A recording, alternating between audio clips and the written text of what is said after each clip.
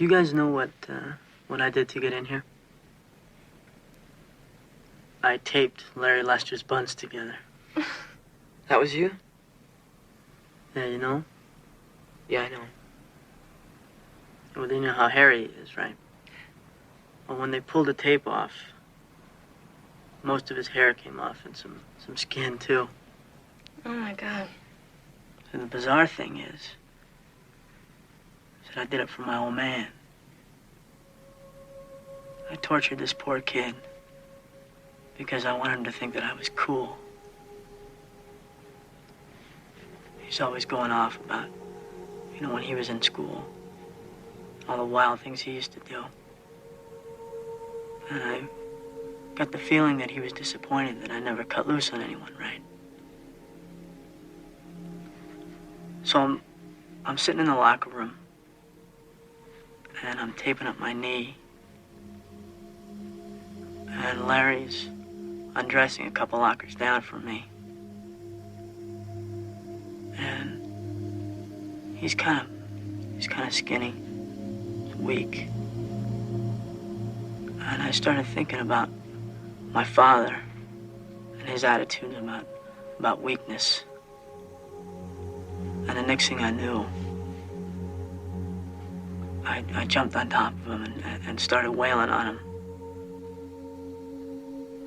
And my friends, they just laughed and cheered me on. And afterwards, when I was sitting in Vernon's office, all I could think about was Larry's father and Larry having to go home and explain what happened to him. The humiliation he must have felt. It must have been unreal. I mean, how do you apologize for something like that? There's no way.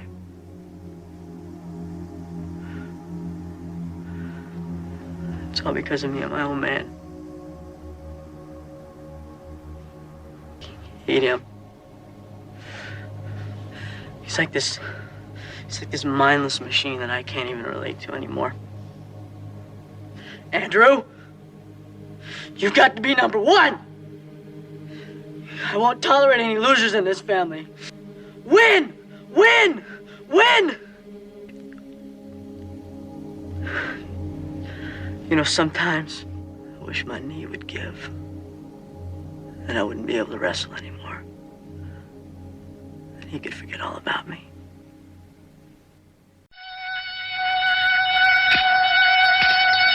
Sword of Omens, give me sight beyond sight. Greetings, Starfighter. You have been recruited by the Star League to defend the frontier against Zur and the Kodan Armada. Get ready?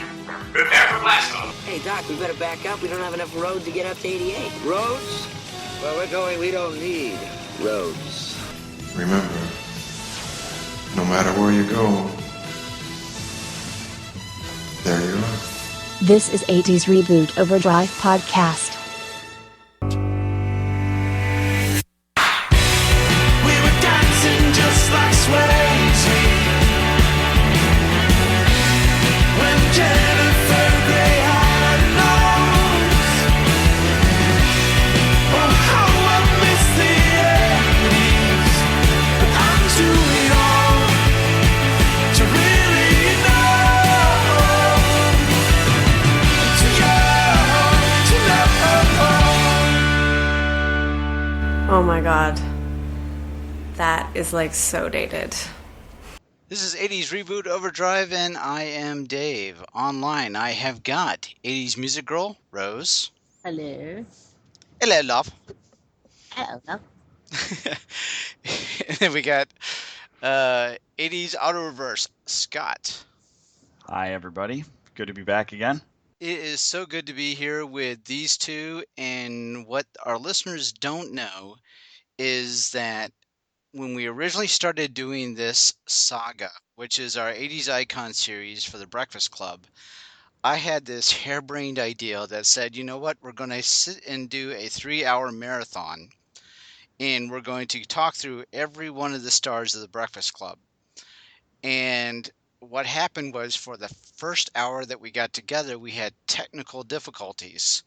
So by the time we got done with that first hour, it was very hard to kind of get the momentum going. And then, of course, we get through the first 3 people, and it's like, oh, forget it. So we just ran out of time, and it was just like, life happens, right?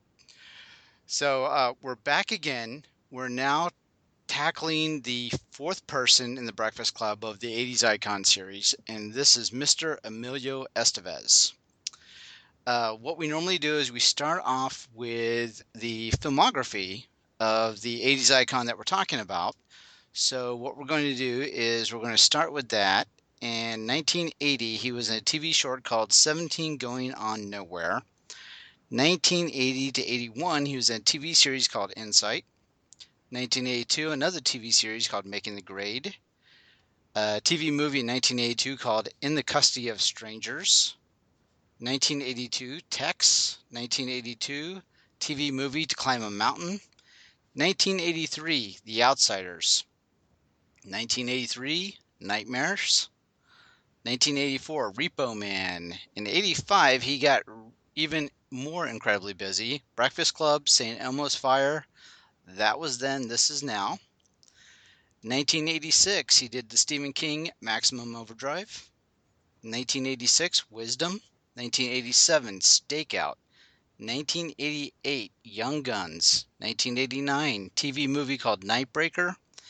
And then to wrap up the decade, in 1989, uncredited, he did a movie called Never on Tuesday, which I've never heard of. So, Mr. Emilio Estevez, definitely a busy guy in the 80s. So, we like to start off with talking through our favorite 80s moments with our 80s icon. So, let's start with Scott then. Yeah, Emilio Estevez would have to be, I think, one of my favorite moments is, or at least my favorite role is probably from The Outsiders. One of my favorite movies. I just love him as 2-Bit, and it's one of my favorite books too from back in the day. S.E. Hinton, and he obviously did a couple others started off with Tex, and then he did That Was Then, This Is Now. But The Outsiders, it's just pretty much every character that I saw in that movie, that's one of my favorite roles of all those actors.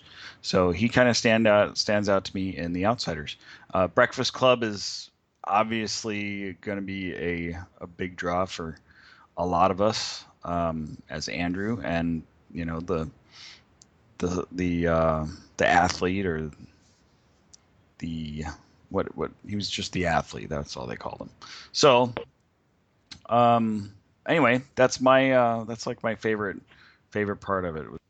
Okay, so what was your favorite moment from Outsiders with Emilio? Man, I haven't seen the movie in a long time, but I would have to say probably one of the fight scene where the 2 gangs go up against each other. He was just really into it. And now I believe that was 2-Bit was Ponyboy's older brother, and then it was Patrick Swayze, I think, was the oldest brother. I think 2-Bit. No, maybe 2-Bit wasn't one of the brothers. It's been a while since. Yeah, 2-Bit. Was that right? No, 2-Bit was just a friend of the family. That's right. It was Ponyboy and Patrick Swayze for sure. And I thought there was a third brother in there. Oh, I'm pretty sure that is Rob Lowe. Rob Lowe. Yeah, Rob Lowe. Yeah. Okay. Soda Pop. Soda Pop. That's it. Yeah. Oh. We'll get it together, people. Not right now, but place feet upon the seats. But I'm with you. The Outsiders is going to be my moment. I love the situation where he's got this big cake that he grabs, and he sits down and he's watching Goofy. I forgot about that. That's a great scene. That is just absolutely fantastic 2-Bit moment. Emilio Estevez he owned that. And then the other thing I wanted to ask you guys about, I'm curious, there was a scene in the Breakfast Club where they're all getting high, and you've got Andrew dancing around, and then all of a sudden he's in that room, and then he screams or yells, and then it breaks the glass. I mean, that just seems so out of ordinary, like unexpected for that movie. There's no way that was real, or was it? I don't know. I always thought that was kind of an odd little bit of the scene too. It just showed me that he was just really into whatever he was doing because he had been smoking the pot, and he's in a whole different realm, along with the rest of them at the time. Just getting into the music, and he just seemed fired up. But it was a little odd that they actually broke the glass. I don't know why Hughes worked that in. Yeah. It's kind of weird. Anyway, good scene too, though. Yeah. So Rose, what about you? What's your favorite 80s moment with Emilio? But I actually wanted to more comment on what I thought happened in the Breakfast Club, if I can do that real quick. Go ahead. I wanted to say that if you noticed, I mean, he was a very athletic young gentleman, and he was probably varsity everything. And his old man looked like one of those types that you better do what I did or else kind of a thing. And I think him, releasing, getting high, and just finally feeling free, from all that tension and anguish that he had to, and it probably was some roid rage too. I mean, you never know. But are we saying Andrew Clark was on the roids? Come on. Well, I don't know, but it was a release for him to scream like that. I mean, I'm sure he probably hated, being perfect kid just as much as Molly Ringwald's character hated being perfect kid, but it's just something you did. You did it for your family. So, So you to think me, so he had so much frustration that he could actually scream and break glass? Yeah. Okay. Yeah. Basically a superpower. Yeah. The shriek. That and taping somebody's buns together. Yeah, well. Yeah. That was probably a learned superhero power. Yes. Yeah. So Rose, try for your favorite 80s moment again. See if we can get it. Emilio Estevez in anything basically, but mainly in Young Guns because it was a Western and nobody had done Westerns in a while properly. And I'm not even a fan of Westerns. And I just thought, okay, you guys got a really good cast going here. I want to see what they do with this. And they were just top notch. And for him to be the loose cannon that wanted to shoot everybody, whether he picked a fight with them or not, or he would pick a fight with them, whether they, I don't like to look at your face, It's been a while since I've seen it, but I do remember him just being absolutely crazed. And he does crazy really well. I think, honestly, that's just he's like very high strung in general. And I think a lot of that's probably, I don't want to say it's typecasting, but he knows how to play that role really well. Yeah, one of my favorite scenes from Young Guns, there was this situation where there was a guy was looking to hunt down Billy the Kid, and they're at the bar, and William H. Bonney, he's sitting there, Emilio, he's there at the bar, and he's talking to this guy, and he's like, "Oh, you're hunting down Billy the Kid. Okay, great. What does that guy look like?" And then he's sitting there talking to him, and it was just really funny. And he's like, "Okay, well, he wears a derby and he whistles a lot." And then all of a sudden, Billy's like starts whistling, and he's like, "I think I see him." And he's sitting there staring at the mirror, and he starts that Emilio Estevez laugh, and it was just really well done. It was very fun. Yeah, that's one of my favorite. Actually, I was going to bring that scene up too. And when he says, he wants to touch the gun that's going to kill Billy the Kid, and right, the guy's like, "Be careful with that boy," And then he's sitting talking to him because he's so older. Yeah. Mm-hmm. Mm-hmm. That's a great scene. Yeah, definitely. Yeah. So nobody's picking Maximum Overdrive? Even though I'm a huge Stephen King fan, no, I cannot do that. I don't remember seeing that. Really? Never saw that. It was that one of those I'm going to get around to it type movies. I never did. It was mediocre. Hey, I saw Repo Man. I mean, come on. Yeah, see, now That's a classic. That's one I've never seen all the way through, and I don't know why, because it was It's one of just his there. biggest followings as like Yeah. as a cult classic. So Soundtrack's pretty kick-ass too. oh really? The soundtrack, I'd have to look that one up. I'm gonna go ahead and check it out now. Yeah, it's Young Guns is a great pick. I love that movie. It definitely is one of the top movies for him, for me. Along with the handful of ones that are just so huge. He was just when you come up from part of the Brat Pack, you've got a lot of exposure with a lot of different angles. So what do you guys feel about him in St. Elmo's Fire? I thought it was funny that he was borderline stalker of what's her name, Andy McDowell. Yes. Yeah, he was his need to go and follow her up to the mountains and tell her how he felt is just, it was a little over the edge, especially when she's with this other guy in the mountains, and it's just weird. It got a little weird, his obsession with her. What about you, Rose? What do you think of Kirby Keger in St. Elmo's Fire? He seemed really creepy in that one. I don't think I've seen him be that person before, and it was a little little alarming. But it was humorous all at the same time because she wasn't even thinking twice about him, but it just goes to show you. I mean, sometimes if you are nice to the wrong person, you can kind of regret it later. So, but yeah, right. Yeah, because she didn't even remember that she dated him, right? Or she didn't even remember the movie, I think. I don't. Yeah, I actually think go, she remembered that they had. Did they go on a date? I don't remember. They went to a scene where they movie. first Yeah. meet. Yeah, they went to a movie, and he remembered every single detail, and she didn't remember any of it. I think I have a few experiences like that in high school too. Oh, please share. I bet there's a couple of girls that I took out that don't remember anything about it. So Yeah, I've never actually met anyone else from high school since I left, so I couldn't really say. Well, I take that back. I actually met my English literature teacher. It's like, geez, are you still alive? Grumpy old sod. Yeah, he was pretty mean. I'm telling you, he was ready to retire, and he was just absolute crab cake.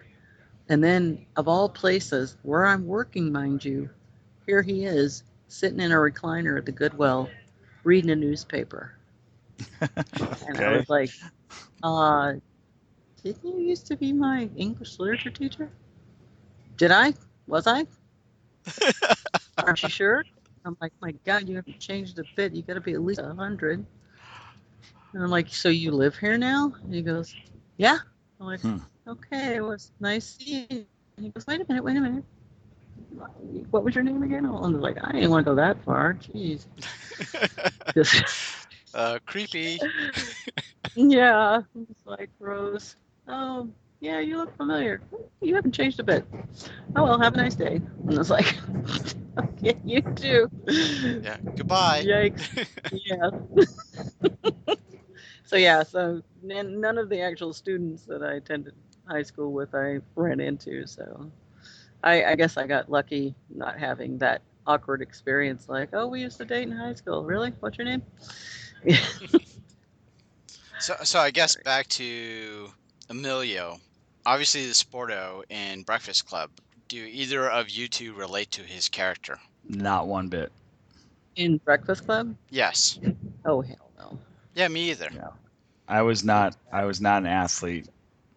I was perfect hair. Sorry. Yeah, I was much closer to either Bender or Ali Sheedy's character. Yeah, it was if Molly Ringwald's character and Ali Sheedy's character had a baby. That was pretty much my character. Wow. I used So to you- dress really nice at school, but then the minute I opened my mouth, I sounded like a weirdo. So you crushed crunch berries on top of your sushi then? No, Instead of actually, I had sandwich. strawberry. I had tuna sandwiches with strawberry preserves. What? Yeah, Really? That's an really. odd combination. I know. I It's don't think I've very ever heard of that. yeah. You know, I'm not surprised. Sometimes there's things that they put together that are really better than what they sound like they might be. Oh So God, I you're get it. I get it. no. I've got a few Twitter shout-outs to do. Earlier today, I asked, what is your fave Emilio Estevez 80s moment? Responses that I got was William Crow, at CrowW1978, says, I think it was when he came to the defense of Ponyboy in The Outsiders. So with us, Scott, picking Outsiders. Mm-hmm. Let's see. Donatello at Donatella V says, I like all of them. When he shoots Sheriff Brady in the face, reap the whirlwind, Sheriff Brady, but Repo Man is the best, with like 2 exclamation points. So, yeah, reap the whirlwind, Sheriff Brady. I forgot that line. That's awesome. Big Chris at Big Chris 8089 says, Andrew Clark getting stoned in the library and dancing like Footloose. He did kind of have a Footloose thing going on there, didn't he? He very much so. Yeah. Nice. And then our last one is Casey Lau at Hyper Casey says, reap the whirlwind, Murphy. Reap it. Hashtag Young Guns. That was a good line. Totally. Yeah, a lot of Young Guns reference there. Oh yeah, definitely. I actually tried to, just so you guys know, I tried to get him to do like a shout out for us. He follows me on Twitter, and I've talked to him a couple times. Yeah, but I couldn't get through to him. So just so he goes, I tried. Oh, sweet. That would have been great. It would have been great. So, but he's actually a pretty nice guy, and now that he's in the wine business, he has a vineyard and lives in Malibu. So I did look up some trivia on Emilio. And as teens, he and future stars Rob Lowe, Chad Lowe, Chris Penn, and Sean Penn were close friends. They used to act, write, produce, and direct movies on a home video camera. Wouldn't you love to see some of those? I would so love to see that. Wow, that's pretty awesome. My imagining is like a Goldberg's kind of a thing. Yeah. Nice. Yeah. That's so cool. Reportedly, as a child, he did not get along with his younger brother, Charlie Sheen, at all. In fact, they fought constantly. No. I remember hearing that quite a bit back then, you actually. I say? remember hearing about that. Yep. I refuse to believe that. Yeah, Sorry, I can't sarcasm. even say that with a straight face. Yes, kids, that's hashtag sarcasm. Hey, did you happen to catch on his bio that originally he was cast as Bender? I did not catch that. Yeah, but No. he took the part of Andrew because Hughes couldn't find anybody for Andrew, so he took the part of Andrew, and Judd Nelson stepped in as Bender. Isn't that Wow. interesting? Thank you. Nobody stepping up to be Andrew. Yeah, no doubt. I don't know how that would have went. How would that would have gone? That'd have been odd. Well, you almost have to try to imagine who else would have been Bender. Or no, he would have been Bender, so who else would have been Andrew? Right. Yeah. Ooh, Sean Penn. Sean Penn could have been Bender. Bender or Yeah. No, he took the role of Andrew. Oh, okay. Right. He took the role of Andrew because they couldn't find a cast member for that role, so he took that instead of Bender. Right. Okay. Right. But I'm just saying it. Yeah. And I'm trying to think. What that was after Repo Man, so I wonder if he was kind of piggybacking off of that kind of a feel of a character. You know what I mean? To take on the Bender role initially. Right. Like when he auditioned for it, I wonder if that was kind of kind of how he came off, and he came off as Bender, you know. Yeah. And then he switched over to Andrew, which it's still weird to imagine him being not Andrew. It's tough to put anybody else in any of those roles, really. Once you've seen it and it's been part of your life for so long, it's had such an impact on everybody that you just can't imagine anybody else playing those roles. So yeah, but think of his role in Outsiders, 2-Bit. Mm-hmm. Yeah, that too. Mm-hmm. Now imagine him doing that as Bender. Yeah, I could see it. I could totally see him pulling that off. I don't know, because you got to consider the era too. I don't know if Bender would have worked in the 50s or 60s. You think so? Well, I'm just the very sarcastic nature, and then couple that with what he did with Billy the Kid. Right. He would have been a very sarcastic jerk, and that's Can you see him saying, "Eat my shorts"? That's what you need to know. Of course, I could see Billy the Kid saying that. Yeah. Or 2-Bit. Yes. Yeah. Yeah. He totally would have pulled that off. Yep. But now the question is, who would have been my Andrew? Yeah, right. Yeah. I bet you could do a little research and figure that out. But nobody could. They couldn't. I think. I don't know. You could have picked like Rob Lowe. Could have been Andrew or. Oh, that's a good pick. Like that. Somebody that's athletic looking. Right. I guess. Yeah, he's just not athletic enough. Yeah. He definitely doesn't have the big guns that Emilio has. Yeah. All right. Well, I'm going Matthew Broderick. Oh. I don't know. That was sarcasm. Sorry. Oh, okay, good. Thank goodness.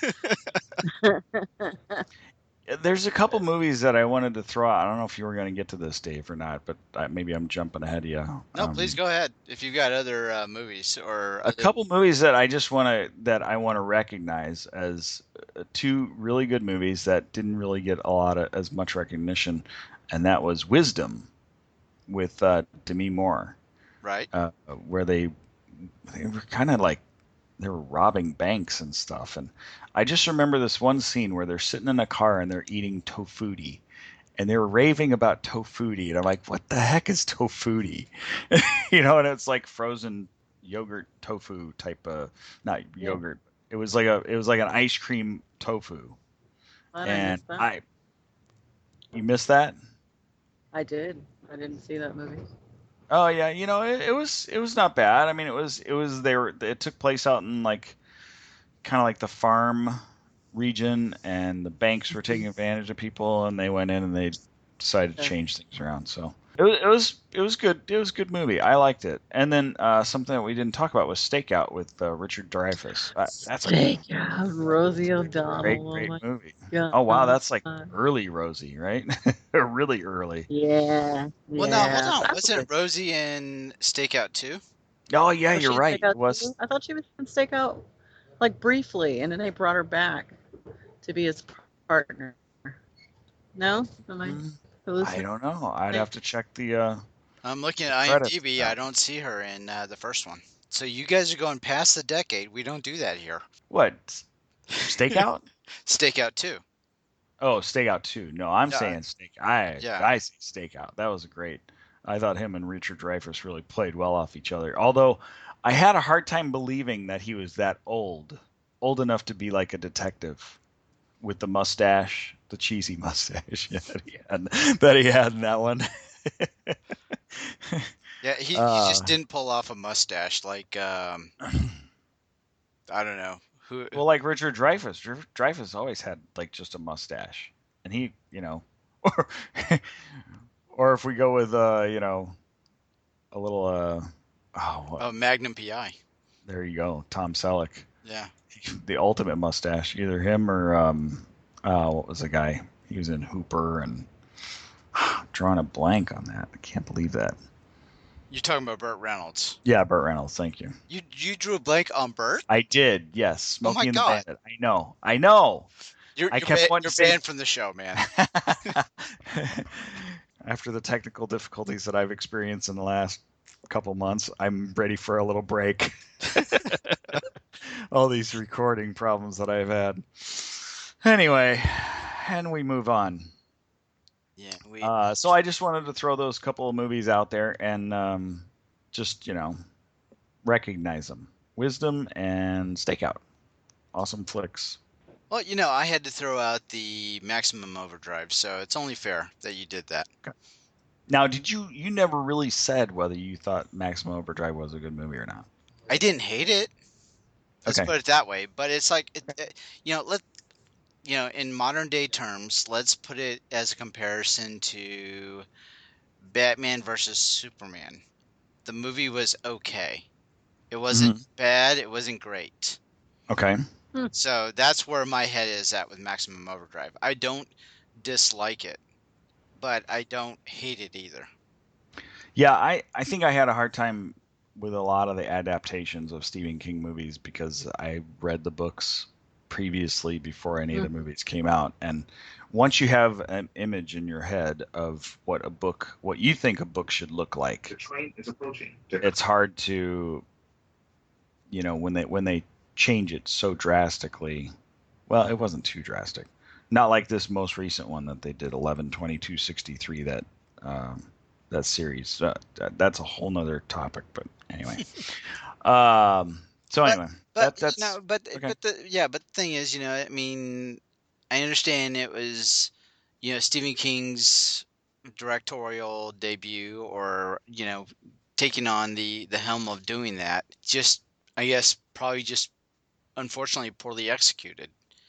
Right. But for what it was, for the late 80s, a horror flick based on machines taking over, and trucks. The concept was cool, and that's what I give it credit for. Okay. Yeah. All right. So, Rose, did you have any honorable mentions that you wanted to throw out there before we close? No, I don't think so. I'm trying to remember. Oh, yeah. Well, no, see, that wasn't the 80s, so I don't want to get into the 90s, so. What were you thinking of? Loaded Weapon. Okay. Loaded Weapon, all right. Yeah, just, because, we already had the Lethal Weapon, and he was doing, like, the comedy spoof. Just, yeah, it was a that whole spoof movie on was it, right? really, it was pretty crazy. So, and it just goes to show you he can be funny too. I know he was funny in Stakeout, but he was like really funny in that one. To me, well, he's a great actor. I couldn't let this end without at least bringing up the Mighty Ducks. I liked him as Gordon Bombay. Nice. That was a hard movie to watch because it involved sports, and it really was not my cup of tea. Yeah, I never got into the Ducks. I was not a hockey fan at the time. I'm much more of one now. Okay. So, in fact, I'm living down here in Lightning country now, and it's quite the buzz going around because they're doing so well. So, and I was hoping for a rematch of the Blackhawks and the Lightning anyway. Yeah, would have been fun to see them win again against the local team. It would have been. Yeah. So, yeah. But hey, they're like the Patriots at this point. Everybody hates them because they've won too many games. Okay, Pretty much. off topic. We're going way off topic. We're swirling. We're swirling out of control. Ball. Spiraling. So where were we? Mighty Ducks? All right. Okay. Yes. Let us get social media credentials out of the way. Go ahead, Sure. Rose. At 80's Music Girl on Twitter, 80's Music Girl on Instagram, and 80's Music Girl fan page on Facebook. Very cool. And Scott? On Twitter, I am at 80's Auto Reverse and also at Scott's Eye. And you can find our page 80's Mixtape Auto Reverse on Facebook also. Awesome. And I am Dave. Take care of our 80's Reboot Overdrive accounts. Let's see, on Tumblr, that'd be 80sreboot.tumblr.com. Email is 80sreboot@gmail.com. Facebook is facebook.com/80sreboot. Twitter is @80sreboot. And what am I forgetting? I do this every time. Email. Did you do the email? 80sreboot@gmail.com. All right, we'll go with that. Good enough. There's plenty of ways to find us. So with that, we appreciate everybody reliving the 80s with us, and have a good night. All right. See you guys next time. Bye. Good night. We hope you've enjoyed this show. This podcast is part of the 80s Reboot Overdrive channel on Southgate Media Group. You can follow us on Facebook on the 80s Reboot group page. We're also on Twitter and Tumblr at 80s Reboot. We invite you to check out all the wonderful podcasts and blogs available at southgatemediagroup.com. And thank you for reliving the 80s. All right, so what are you guys' thoughts? Do you want to attempt, Anthony, or did you want to try to do it tomorrow? No, I'm good. Well, Are you good? I've got one more stop And then you're on the bus. before I get off, and then I have to wait for a bus. Yeah. But yeah, I think we could do that. That's okay. Right now, or I mean, we've come this far. We've come this far. All right. Well, so... No? No, I'm fine. I just want to make sure you are. No, I'm good. I'm glad we were able to push through that, and that way people don't stay up late and rush into stuff that they didn't have planned. So I gotcha. Yeah, we want to be a team player. All right, let me open up Anthony Michael Hall here. Let's see, got that going. Let me just verify again that recording is still doing what it's supposed to do. Okay. Want to make sure that's working. That is working. Outstanding. We are still recording, right? We are still recording. recording. Gets the work done. Yep. Okay, cool. Oh man, somebody else just answered the Emilio Estevez Twitter thing. What was it? Regulators, let's ride. Oh, regulators great. mount up. I always thought, I didn't mention that one because initially Charlie Sheen said that, or whoever the guy was that was the You're right. rail boss. Yeah, and then Charlie Sheen would say it, and then after he died. I gotta say, I totally forgot. I forgot really my favorite scene in The Outsiders too. It was when they're sitting around having dinner, and Charlie Sheen's character says, "Why'd you kill a man, Billy?" And Emilio says, "'Cause he was hacking on me." And it was just a class. I love that scene. Yeah. All right, recording is on. We should move on to Anthony Michael Hall. Yes. Okay. But no, I'll find a way to throw that in somehow. Throw that in? Yeah. He was hacking on me. Well, I want to get that regulator let's ride. All right. Let me open the shout outs for Anthony. Get to the right screen.